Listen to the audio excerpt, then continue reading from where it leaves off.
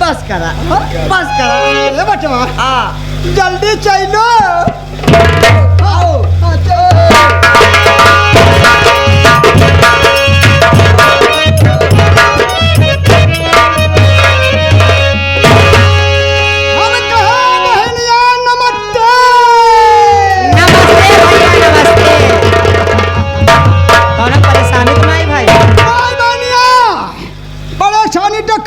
लेकिन हमारी बात ले सुन ले सुन ले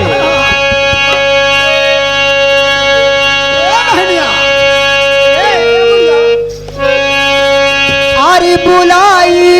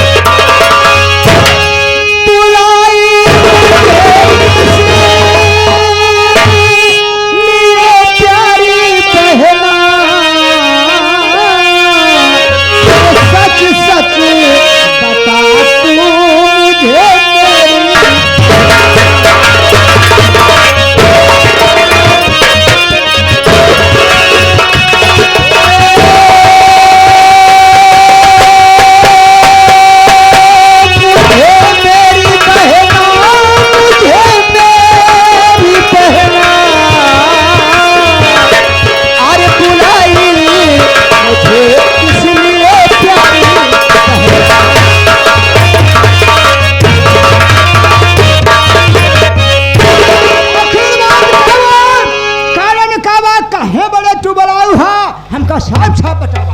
अरे बुलाई किस लिए भैया, अरे बुलाई किस लिए भैया, मुझे जल्दी सुनाती।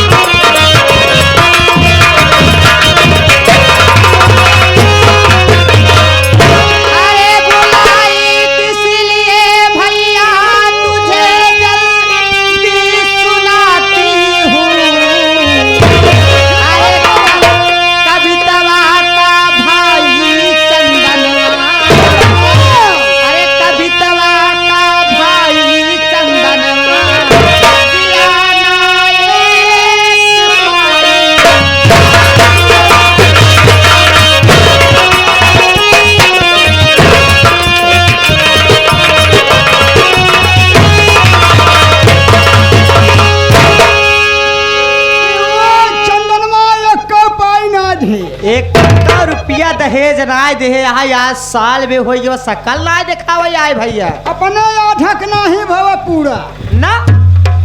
ए बहनिया, हाँ भैया, बिना तू परेशान है। परेशान ना यही भाई परेशान ही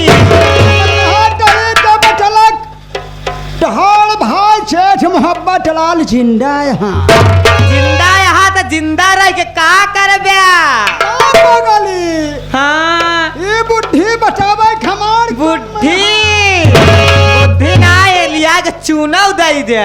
अरे बुद्धि ए बहनिया, कहने जमाना को पड़ी। हाँ बुद्धि से लिखी यहाँ। कैसे देख, हम कहते एक दुल्हन जा दूसरा दुल्हन ये, तीसरा दुल्हन जा कैसे भाई शहरी भात छोड़ जा नहीं, सौरी बात लेके चला। अरे सारी बात ए भैया, हम कहते एक मार के भोगाई जिंदे भोगाई जिंदे भगाई दे। हम कहते जब चली जाए दूसर से वाली चलो लेके चला आया, चली जाएगी चल। तो दूसर चलवानी कैसे तो का कौन मिले कैसे भैया अब एक मार के भगावा जाए कैसे? हमार कम में है तब यहाँ ए भैनिया चला चाहिए का भोगा दे का डोखड़े बात हम डोका बुद्धि बताओ काय चला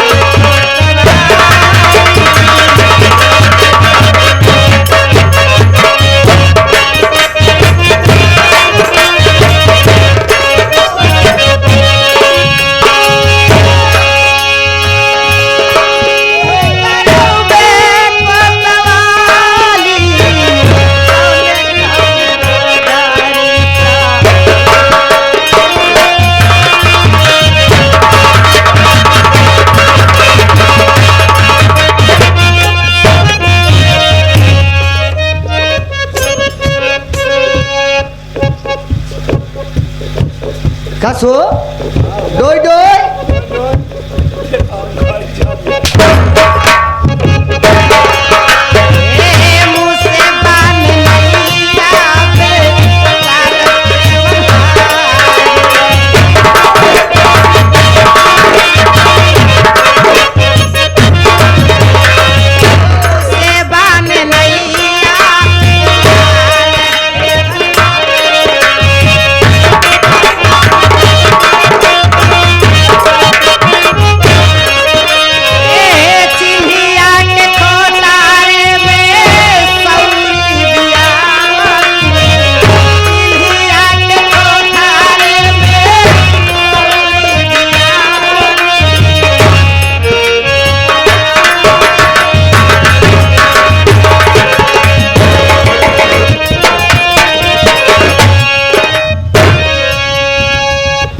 कसो भैया पवन संसार म्यूजिक वाले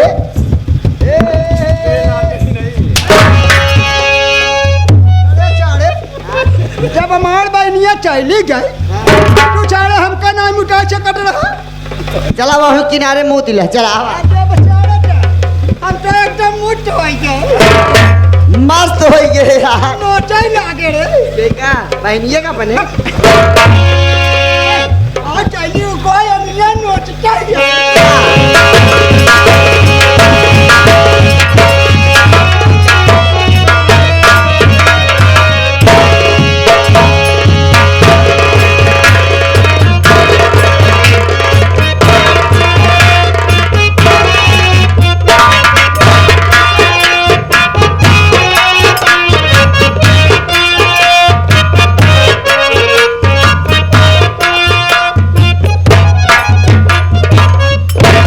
भैया बाबू से नमस्ते करत ही अब लोग हम कहना जानत हुई हमार नाम काबा हम कहाँ के रहाई वाली हमार नाम कविता है चंदनपुर के रहाई वाली यही हमारे भैया का नाम है चंदन सिंह का बताई भैया बाबू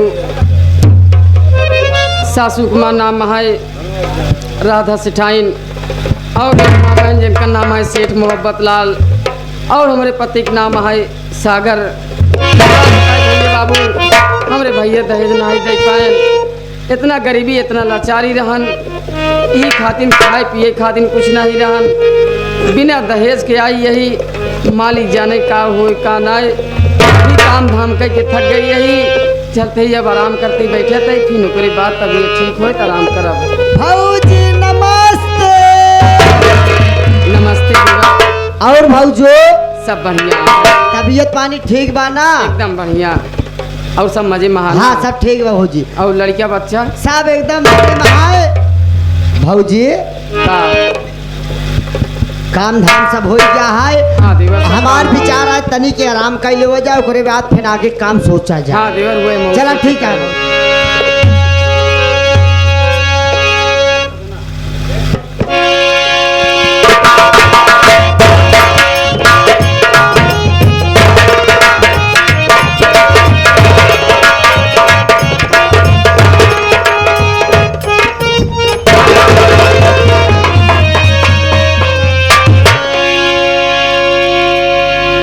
अजब गजब जमाना आई आज काल के पतहुए सास बने शुरू हो गए। सासू कोनो ठिकाना ही ना है। दादा कमाइन माचा चढ़ बैठी यहाँ। हाँ? हम काशी बद्रीनाथ से चली आओ के खाए दाना पानी दे हाथ में घुघुट कार ही ले यहाँ घुघुट कार यहाँ गोलगप्पा लीलत माचा चढ़ के बैठी यहाँ दादा के माई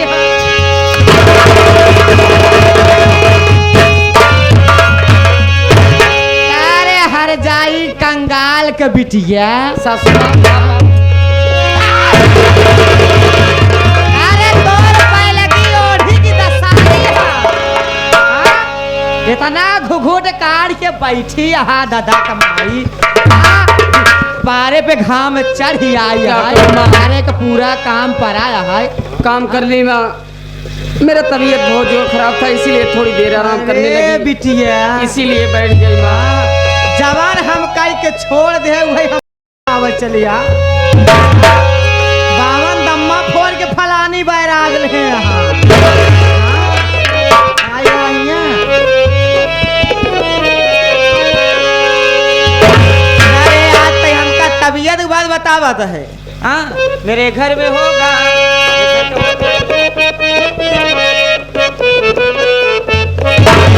अरे मेरे घर में होगा न तेरा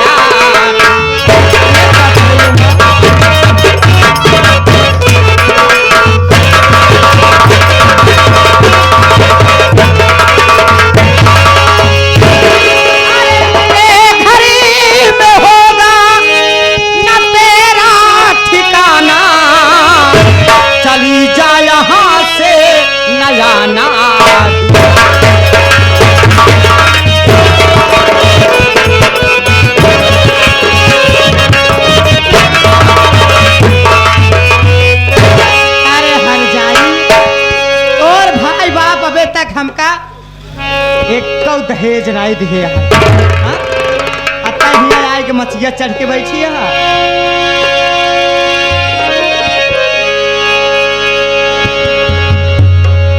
तो आपको पहले से पता है माँ कि मेरा भाई कितना गरीब है, आपको कुछ नहीं दे पाएगा, लेकिन आप ये सब जान जान के आप मुझको ताना मार। तो भाई माने रहन सारी बात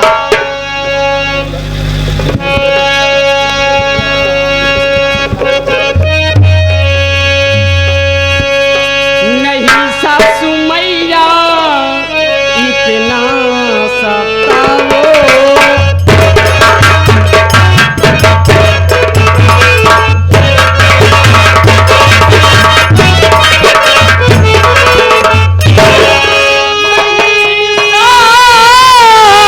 सासू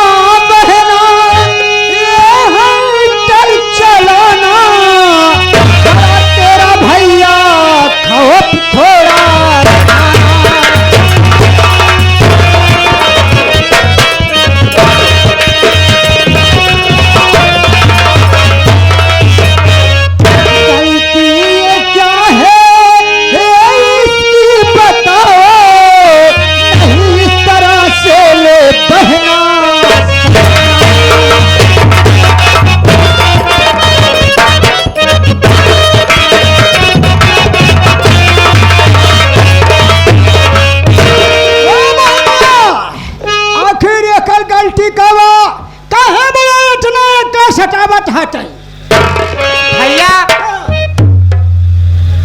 एकर गलती सुने चाहत है बताओ बताओ ये तनी हर जाई हई एकर भाई चंदनवा आज तलक सकल नाय दिखावल आए 6 महीना के दिन बीत गवा अच्छा न 1 रुपया देस हाँ ना कम से कम अपन शकल तो दिखाए होत हाँ। यह संतोष हो जाते अच्छा ते का बताओ कैसे का खियाई हर जाई हम का बताबा जब तो काम मलायन के रहन तो ही अंडरवे खून डाय हो तू ये बतावा बड़ा जी कला वाले यहाँ रामपुर हुड़गिड़ वाले रामपुर हरगिस वाले अगर चला जाए नुस्कानगंज में नुस्कानगंज में का करे नुस्कान हो जाए सुजानगंज कहा थी अगर थाना में प्रोवाइड है आ थाना में प्रोवाइड है रपटवा रपट लिखवा दे अरे भाई तो हमारा टार फड़ुआ से बेड़ बिन जाए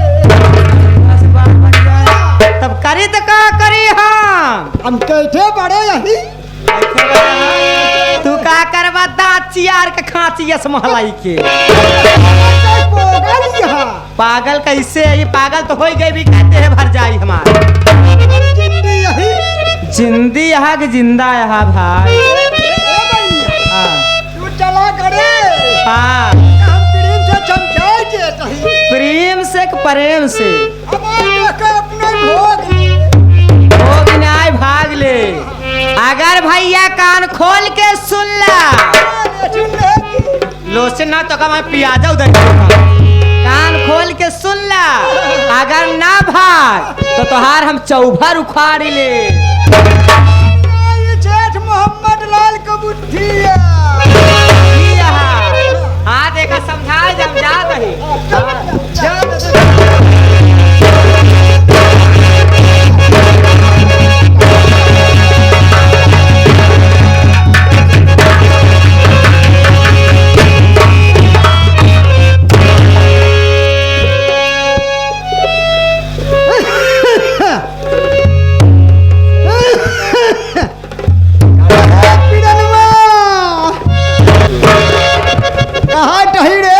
हमका लागत बा हमार भगवान ले सुन ले कई पुतिल हेन है बचाड़े थे भगवान तहार सुन लेन ए बचवा हम तो चौचट रहे कब तक कुंवारी रहा लेकिन हमका लागत बा हुर्दी लग जाए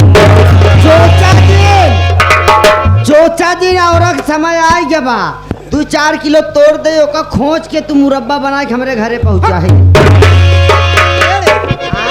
ऐसे चलता ही दुई बटिया करब नाही बतियवा दिन के पूरा उहे पौधवा कैले है तू बात करब अगर देखा लहान मुन गई ने तो का दुई अंडू खियाओ दुई अंडू खियाओ लड्डू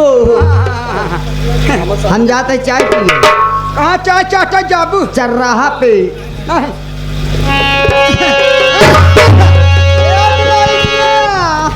मामा नमस्ते।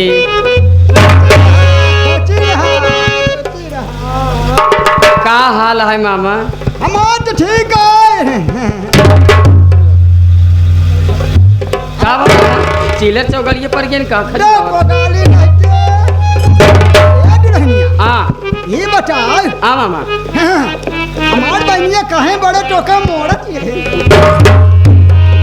मोड़त रही मामा ना से मोड़त अनी मारत रही मामा वही हमार भाई जनते यहाँ कितना गरीब है शादी ब्याह करें दहेज ना देन हुई दहेज बिना तोहर बहन हमका मार पागल हमन पूरा गलन के कट जाए भोग जा अब आई चटला कम जिया टाइ न दिले हाँ चाहे कानो चीज के कमी नहीं न पड़े कौनो चीज के हाँ कमी नहीं न पड़े कमीनी हाँ बस हो भाई कौनो चीज के कमी सुने रहे कमीनी ना मामा का कौनो चीज की कमी कहते कमीनी ना हम कहा जाए इतना भड़ा में नहीं है भड़ा देवर तू समझावा भड़ा पूरी कमीनी ना कमी न हो कौनो चीज का ये बता मेहराज नहीं ये बता तो कड़स को लखिया हम ना खाए हमें शुगर की बीमारी है पिन तो कोनो काम ए दुल्हन अगर हमारी एक बात मान लेबू न क्या बात है मामा? हम कहते हैं माला माल है जब माला मामा मैं आपकी बात की समझ नहीं पा रहा हूँ, आप कहना क्या चाहते हैं? लगा उन्होंने इतना परेशान करत हैं अगर न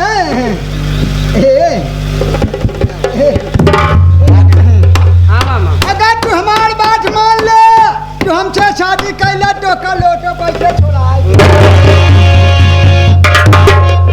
का मामा बुढ़ाई दाई है रह गया है। अब बता हमारा कमन कमीनी बा कमीनी तोहरे में ही है। अपन उम्र देखा, हमारे उम्र में का हाथ गोड़ देखा, करे हमारी उम्र के करे बाप भैया हरे यह उम्र में स्टील बॉडी है आई डोंट जैसे छीली मुर्गी। यह उम्र में इनका 4 बोझ चैलक जरूरत है ते बियाह करे आता बच्चा पान में छाल कुल मारी नहीं है का मामा कई साल कहा? ज्यादा नहीं बगाल है हाँ कुल मिल मिलाए के चंपारण बेचा चंपारण 95 साल 95 साल हो गया आपका तो समझ ला आपका का चाहता है 4 बोझ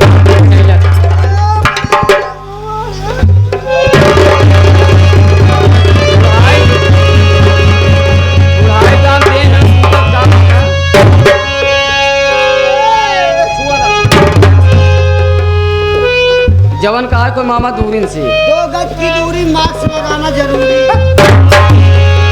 कुछ नहीं लगाना है यहाँ प्याज वाली बात हो रही है आज मैं आपको लहसुन अदरक धनिया मरचा पालक हरियर हरी साग छुना अरे कौन गाली बस जा बाजे अरे कहवा नाचे मोर कविता रानिया हो कविता रानिया हो नाचता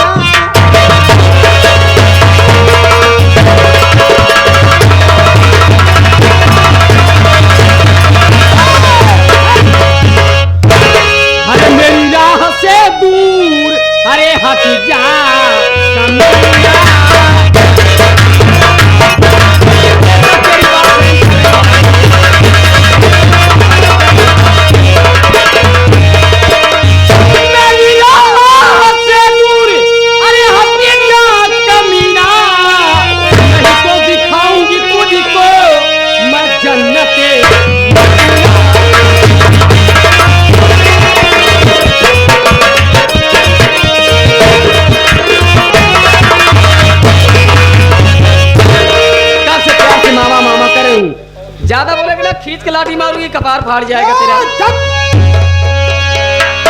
हम कहते हैं अगर सीधे साधे न मनबे का करबे तई आ टोड़ फचड़ कह देब ना पहले अपन असर देख चल पौते ही नहीं है टेढ़े टेढ़े चलत है कैसे है अगर जाता बोल खोपड़ी सनाग जात है ना ये अच्छा तोबा बोल दे छन तोड़ के हाँ मामा एकदम सही कह रहे हैं।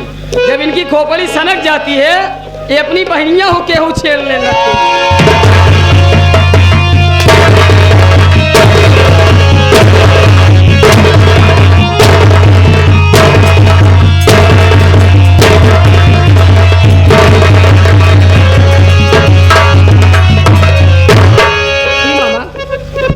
अपनी बहन की बारी आई तो बहुत खल गया, मुझको मारने लगी। आन की बहन बेटी को छेड़ लो तो आपको अच्छा लग रहा है। एरे ठोका चाचा छमछावा कही अगर तो हमार बात न मनबे यह सीधा अपने नहीं हड़े वाली है खड़ंजा पकड़ ली चली जा। शादी ब्याह करके आई हूँ, भगा के नहीं आई हूँ। पे रहूंगी, कहीं नहीं जाऊंगी। ना जाओगे ना जाओगे।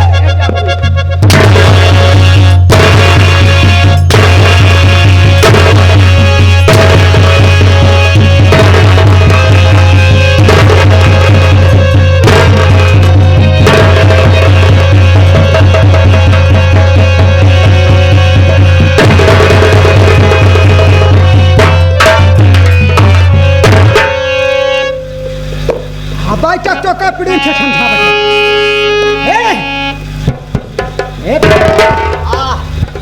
एक 5 मिनट के समाज जाए के जाते कैदे सोच ले यार, कौनो बतिया सही बोला करा। समझ ले का समझ ले समझ ले। ओकरे बाद अगर हमारे गले जान ले एक मोहम्मद लाल के काम है अंगुड़ी घेवना निकले तेल है पर समझ ले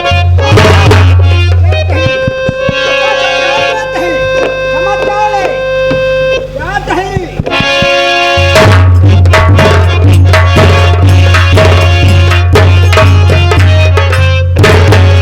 क्या देवर, कैसे कैसे मामा छेड़े बेहतरे आ गए। का मैं तो कर पागल हो गई हूँ, सही से बोल भी नहीं पा रहा है। चोंच ले का थमद ले तो कजनी क्या कैसा कैसा सही है भौजी, का करबो तोहार ना तोहरे किस्मत का दोष बा। मेरे भैया कहा भी मेरी शादी कर दी, मैं तो समझो फंस गई, यहाँ पे आके बर्बाद हो गई। सही है भौजी, अब का करबो जवन जिंदगी में रहा, अब जैसे बियाह शादी भाव कैसे अब देखो तुम ही बताओ मैं क्या करूँ, कहाँ जाऊँ कहाँ नहीं। अब का बताई तो का भौजी, 5 मिनट का समय दे के गा है, लेकिन मानू जिन नहीं मानूंगी, चल के बैठ रही हूँ यहाँ पर ठीक है। आराम से चलता भाषण करूंगी।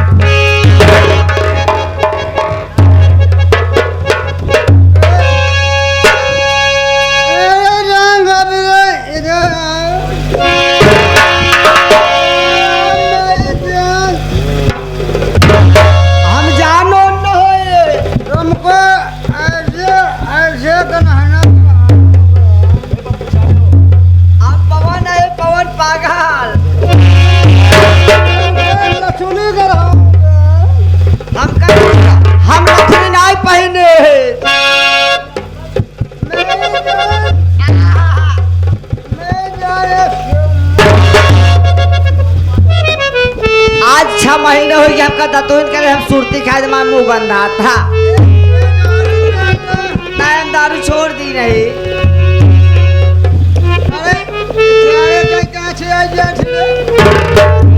कच्ची सड़क पक्की सड़क खुदा ही नहीं समझ में आवत बा।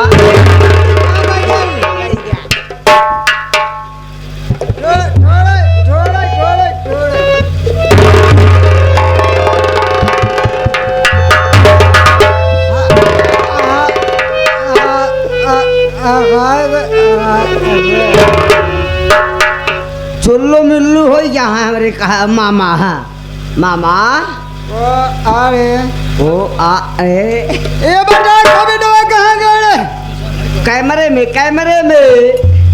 अने कटे